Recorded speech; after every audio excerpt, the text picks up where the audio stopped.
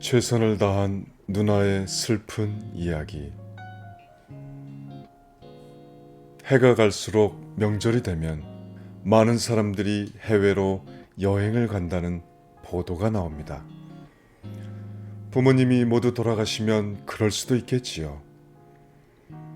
하지만 부모님 중 한 분이 노인병원에 누워 계시는데도 간병인에게 맡겨놓고 간다고 하니 안타깝습니다. 사지가 뒤틀리고 굳어 있어도 의식은 뚜렷하신 분이 많습니다. 숨이 멎을 때까지 얼마나 자식들이 그리고 손자가 그리우실까요? 예전에 들은 이야기입니다. 가난한 집안의 장녀로 태어나 제대로 배우지도 못하고 초등학교만 졸업하고 남의 집 식모로 팔려가 몇 푼 되지도 않은 돈을 받고 살다가 조금 머리가 커지자 봉제 공장에서 기술을 배우고자 시다부터 시작해 잠도 못 자면서 죽어라고 일하던 누님이 계셨지요. 한창 멋을 부릴 나이에 얼굴에 바르는 화장품 하나 사쓰는 것도 아까워 돈을 버는 대로 고향집에 보내서 동생들 뒷바라지를 했었답니다. 그 많은 먼지를 하얗게 머리에 뒤집어 쓰고 몸은 병들어 가는 줄도 모르고 소처럼 일해서 동생 셋을 대학까지 보내서 제대로 키웠습니다. 이 누나는 시집 가는 것도 아까워 사랑하는 남자를 눈물로 보내기도 했지만 이를 악물고 숙명이라 생각하고 그렇게 늙어갔답니다. 그러다 몸이 이상해서 약국에서 약으로 버티다 쓰러져 동료들이 없고 병원으로 데리고 갔는데 위암 말기라는 얘기를 들었습니다. 그나마 다행인 건 수술을 해서 위를 잘라내면 살 수도 있다고 했답니다. 누나는 미국에 살고 있는 큰 동생에게 전화를 했습니다. 동생아, 내가 수술을 해야 하는데 3천만 원 정도 든단다. 동생이 골프를 치다 말고 말합니다. 누나, 내가 3만 불이 어딨어. 누나는 알았다, 미안하다 힘없이 전화를 끊습니다. 둘째 동생에게 전화를 합니다. 둘째 동생은 변호사입니다. 동생아, 수술을 해야 하는데 돈이 없네. 어떡하냐? 둘째가 말합니다. 누나, 요즘 수임이 없어서 힘드네. 하고 바로 전화를 끊어버립니다. 막내 동생에게 전화를 했습니다. 사정 얘기를 하자 막리라는 동생이 부인과 함께 단숨에 뛰어왔습니다. 누나, 집 보증금을 빼왔어. 이걸로 수술합시다. 누나는 막내의 사정을 뻔히 알고 있어서 그냥 두 부부를 부둥켜 안고 울기만 합니다.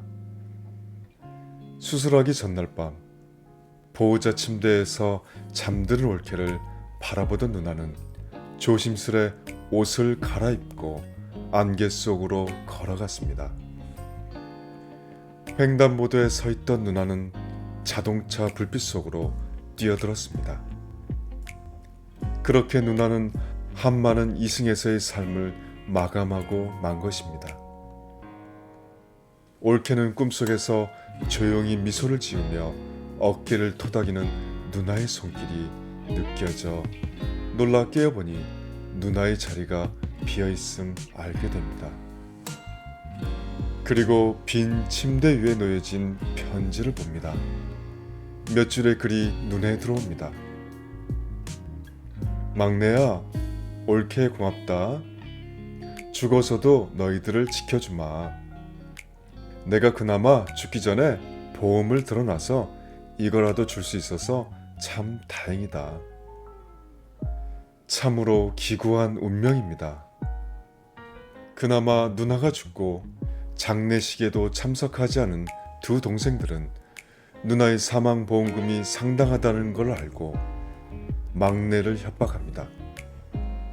똑같이 나누지 않으면 가만히 있지 않겠다. 법적인 모든 것을 동원하겠다. 두 형수들과 함께 욕하며 위협을 가합니다. 결국은 법정으로 갔습니다. 막내는 보험금을 줘버릴까도 생각합니다. 하지만 누나의 핏값을 두 형으로부터 지키고 싶었던 막내는 결국은 소송을 시작합니다. 소식을 들은 친구가 변론을 맡아주기로 했습니다. 몇 개월의 소송 끝에 판결을 합니다. 판사는 떨리는 목소리로 판결문을 읽어내려갑니다. 그리고 누나 휴대폰에 문자를 읽어주자 두 형들은 두말 않고 밖으로 나갑니다. 삶이 그렇더군요. 모두 자기 역할이 따로 있더군요. 이렇게 불쌍하게 삶을 마감한 그 누님은 성자 같은 삶을 살다가 그렇게 아무것도 남기지 않고 죽어갔습니다. 살아있을 때 의를 다하고 효를 다하고 정성을 다하고 사랑을 나눠야 합니다. 1960년대, 70년대 산업화를 이끌던 우리의 누님들, 형님들, 그리고 썩어 문드러져 거름이 되어주신 부모님 세대들께 꼰대라고 불러서는 안 되는 이유이기도 합니다. 그들은 가시고기처럼 자신의 알을 지키기 위해서 목숨까지도 버릴 수 있었던 장렬한 전사들이었습니다.